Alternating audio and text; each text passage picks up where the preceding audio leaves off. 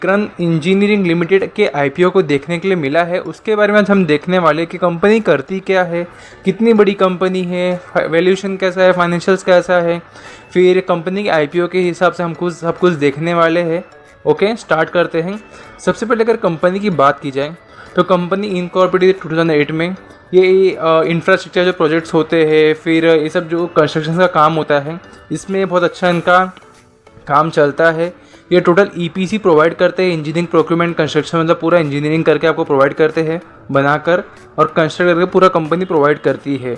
अगर देखा जाए तो इनका जो पूरा नेटवर्क है ओवरऑल, ये वाटर डिस्ट्रीब्यूशंस में, सरफेस वाटर एक्सट्रैक्शंस में, ओवरहेड टैंकर्स में, डिस्ट्रीब्यूशन नेटवर्क में काफ़ी अच्छा इनका कंस्ट्रक्शन सिविल लाइन में चलता है। ओके, बात की जाए सर्विस इनका कहाँ कौन से सेक्टर में है, पावर ट्रांसमिशन डिस्ट्रीब्यूशंस में, वाटर इंफ्रास्ट्रक्चर में, railway infrastructure, solar energy.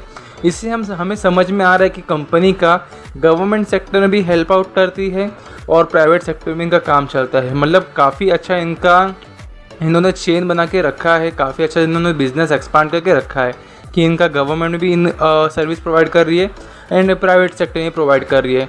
And as of 30 June 2025 company ने टोटल 45 प्रोजेक्ट्स कंप्लीट किया है। 45 प्रोजेक्ट्स कंप्लीट किया 14 स्टेट्स में, and total executed contract value of 19,199 millions का। Okay, as of June 30 they have 44 ongoing project चल रहा है अक्रॉस 16 स्टेट्स, जिसका एग्रीगेट वैल्यू जो बनता है, ऑर्डर वैल्यू जो बनता है, वो अराउंड 51,202 मिलियंस का है।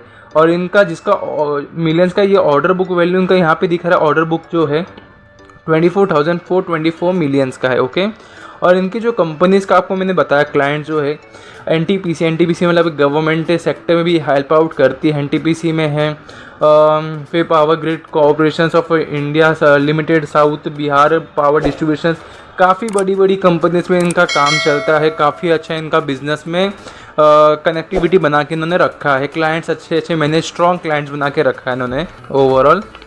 बाकी अगर इनके कॉम्पिटिटिव स्ट्रेंथ देखा जाए तो सबसे पहले one of the fastest growing, मतलब देखिए कंपनी तो अभी थोड़ी छोटी है, इतना बड़ा नहीं कह सकते हैं कि बहुत बड़ी कंपनी छोटी है, लेकिन काम इनका काफ़ी अच्छे एक्सटेंट पे हो रहा है, काफ़ी अच्छी अवेबिलिटी इनका हर एक बिजनेस में दिख रहा है, काफ़ी अच्छे से इनका ईपीसी प्रोवाइड करती है।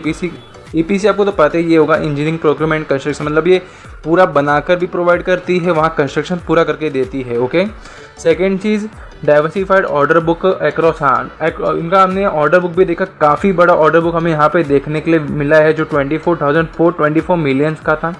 Acid slide model, okay, in house technical and engineering capabilities, process control and quality assurance, मतलब ये टोटल क्वालिटी बेसिस पे ही काम करती है।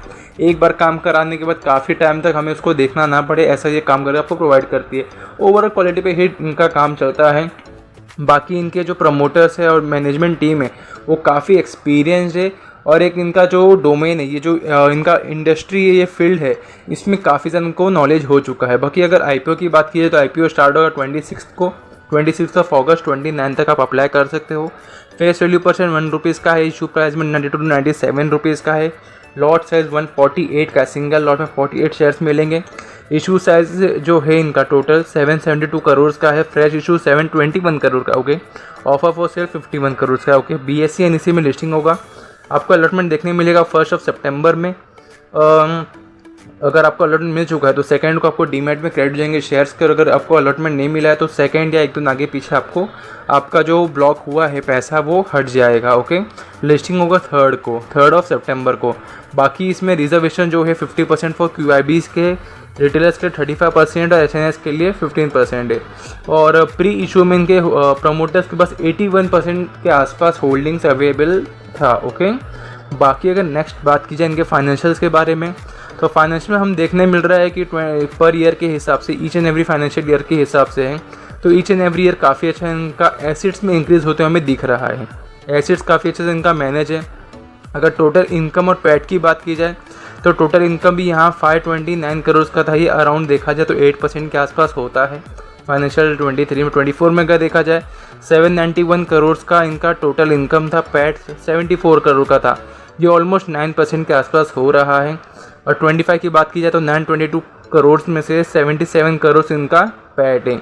ये अगर देखा जाए तो ऑलमोस्ट 8 to 9% के आसपास ही हो रहा है। ओवरऑल इनका अगर पैट मार्जिन देखा है तो 8 to 9% के आसपास हमें देखने के लिए मिल रहा है। एबिटा भी इंक्रीज़ होते हमें अच्छे से दिख रहा है। नेटवर्थ भी अच्छा खासा इंक्रीज़ हो रहा है, काफ़ी अच्छा इंक्रीज़ हो रहा है नेटवर्थ। तो रिजर्व एंड सरप्लस भी काफ़ी अच्छा इनका मेंटेन है। बोरोविंग्स की बात की जाए तो बोरोविंग्स भी इनका इंक्रीज़ तो काफ़ी होते हुए हमें दिख रहा है। बोरोविंग्स फाइनेंशियल 24-25 के बीच में काफ़ी बड़ा इनका बोरोविंग्स इंक्रीज़ होते हमें यहाँ पे दिख रहा है। बोरोविंग्स एक नेगेटिव फैक्टर है, बाकी कंपनी काफ़ी स्ट्रांगली मूव कर रहा है, काफ़ी अच्छे से मूव कर रहा है। पैड मार्जिन का एक रेंज में ही 8 to 9% के आसपास, बट कंपनी काफ़ी अच्छा इंक्रीज़ होते हुए हमें दिख रहा है। बाकी कंपनी पैसा कहाँ पे यूज़ करने वाली है, वो है अपना कैपिटल रिक्वायरमेंट जो है, इनको फंडिंग कैपिटल रिक्वायरमेंट अपनी कंपनी में कहीं यूज़ करने वाली है, बाकी फॉर जनरल कॉर्पोरेट पर्पस। बाकी इनका रिटर्न ऑन इक्विटी 16% का है, रिटर्न ऑन कैपिटल एम्प्लॉयड 23% का है, डेब्ट टू इक्विटी 0.58 का है, रिटर्न ऑन नेटवर्थ 16% का है, पैड मार्जिन 8 to 9% के आसपास है, तो वो 8.44% का है। EBITDA देखा जाए तो 17% का है।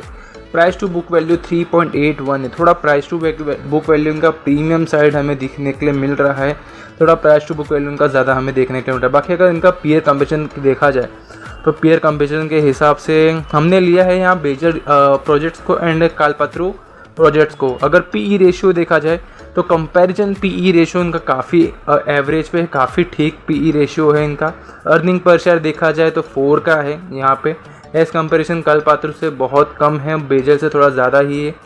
बाकी रिटर्न ऑन नेटवर्थ काफ़ी अच्छा इनका यहाँ पे मेंटेन है, 16% का है और 50% है इनके कालपत्र प्रोजेक्ट्स का, और बेजल का तो काफ़ी कम है यहाँ पे देखा जाए तो। नेट एसेट वैल्यू 25 का ही है।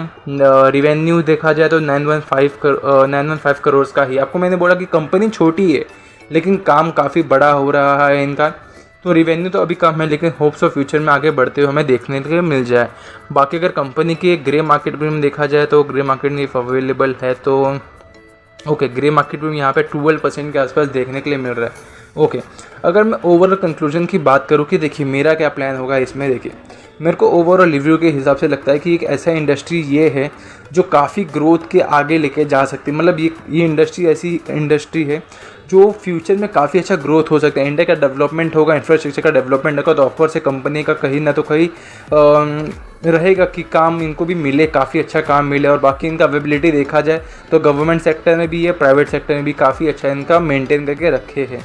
बस एक नेगेटिव मुझे यहाँ पे ये लगा कि इनका जो ये एक तो टोटल बोरोइंग्स भी इंक्रीज है, बाकी थोड़ा प्राइस टू बुक वैल्यू थोड़ा प्रीमियम 3.81 थोड़ा हायर साइड लग रहा है। बाकी वैल्यूएशन मेरे को पीयर कंपैरिजन के हिसाब से तो